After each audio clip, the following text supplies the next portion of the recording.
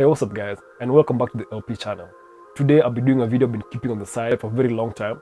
Has been requested over and over again. It's a question I've been asked that what's the best car you can buy for under 500k? Kenya shillings. Don't get it twisted. So it got me thinking, what's the best car you can buy? There are many options. You have SUVs, you have saloon cars, and you have small cars. So from this list is what I think will be the best use of your hard-earned money for a budget car that can skooma you from 2021 to maybe 3 years down the line. All the cars on this list, apart from one, are old cars, but they've aged gracefully. And nobody would even come close to thinking that you bought this car on a budget.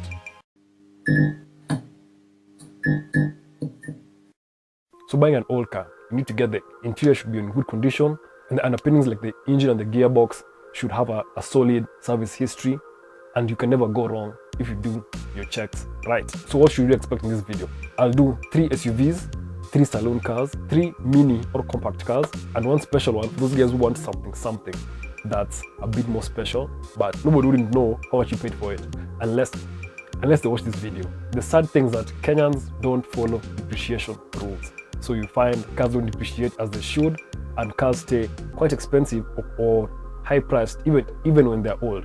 And let me not even get to motorcycles. That's a story for another day, because bikes are expensive. The first car of the SUVs on my list is the Pajero Ayo. The Pajero Ayo is a compact SUV produced from 1998 to 2007. It's larger than the Pajero Mini, while sharing similarities, especially in body design and interior layout. It comes with a 1.8-litre 4-cylinder linked to a 4-speed automatic transmission and available in 4-wheel drive. It actually inherited the Super Select 4-wheel drive I from the larger Pajero that comes with 4 driving modes. The cabin feels narrow, but legroom is decent on both rows except for really tall people. So if you're second guessing if you're tall or not, get into one of these and you'll get your confirmation. Boot space is sufficient for family of 5, so you can put 5 suitcases in here easy, no problem. The Ayo is an affordable car to maintain, and the spare parts are available in Kenya, as it runs well and suffers from minimal mechanical issues, other than gaining a reputation of being thirsty.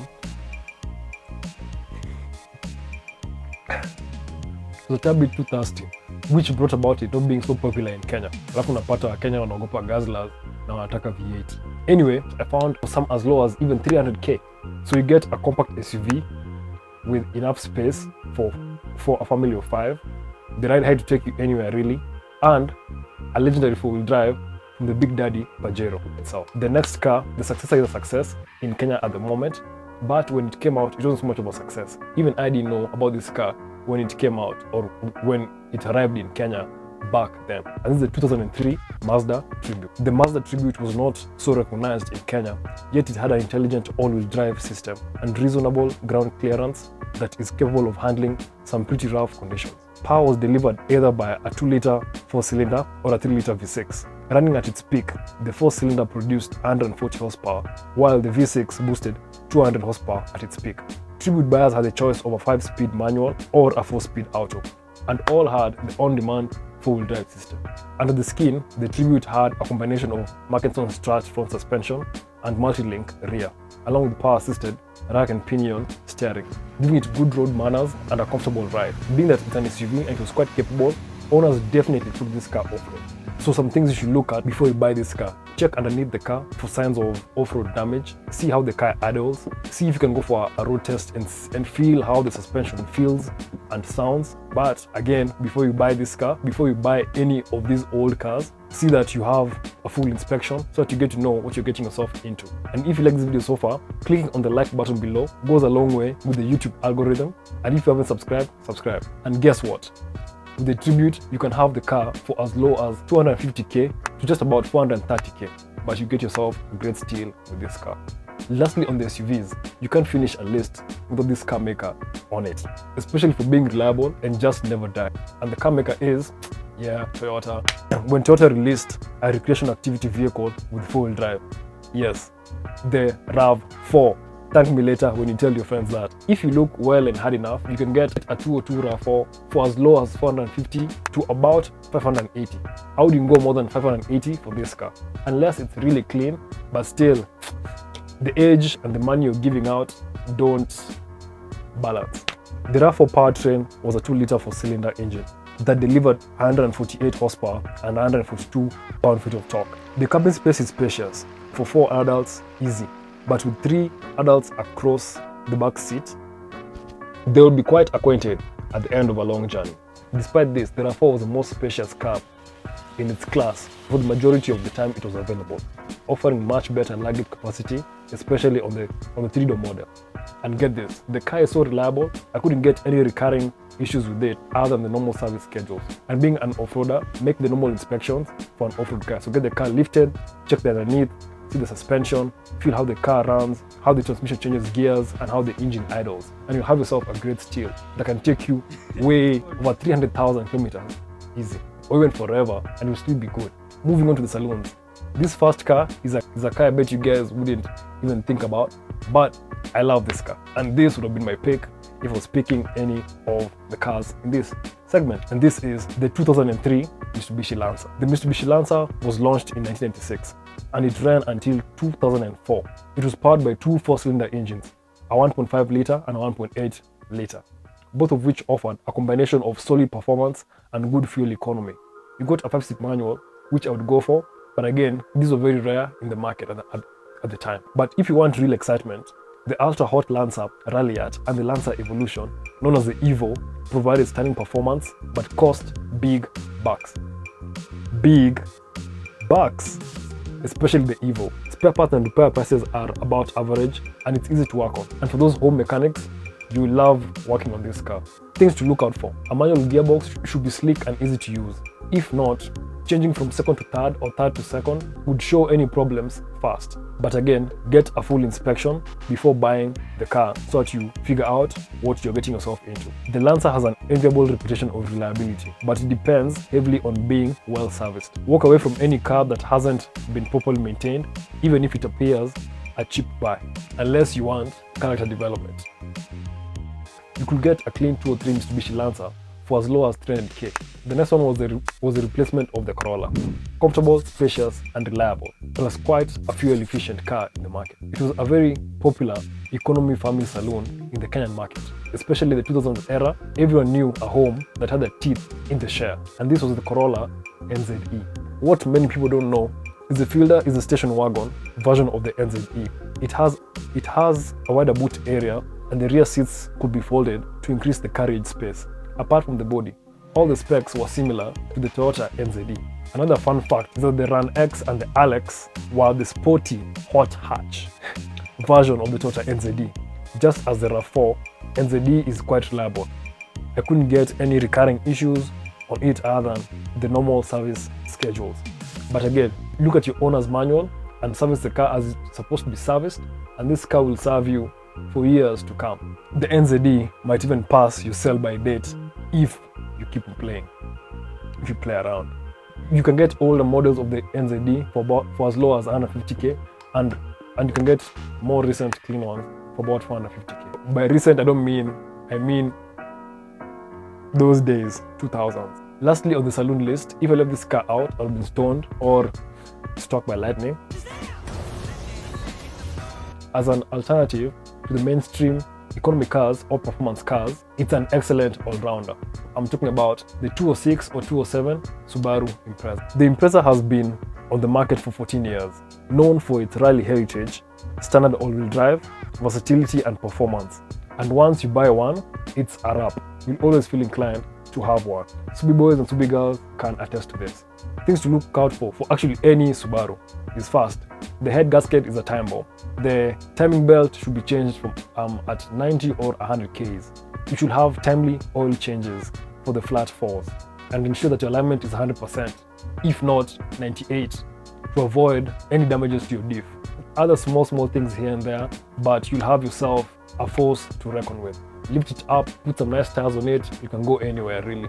Lower it, do some mods, some fast mods on it, and it's pretty quick. If you're buying an Impreza right now, be sure that probably it won't Naivasha. So go clean that car.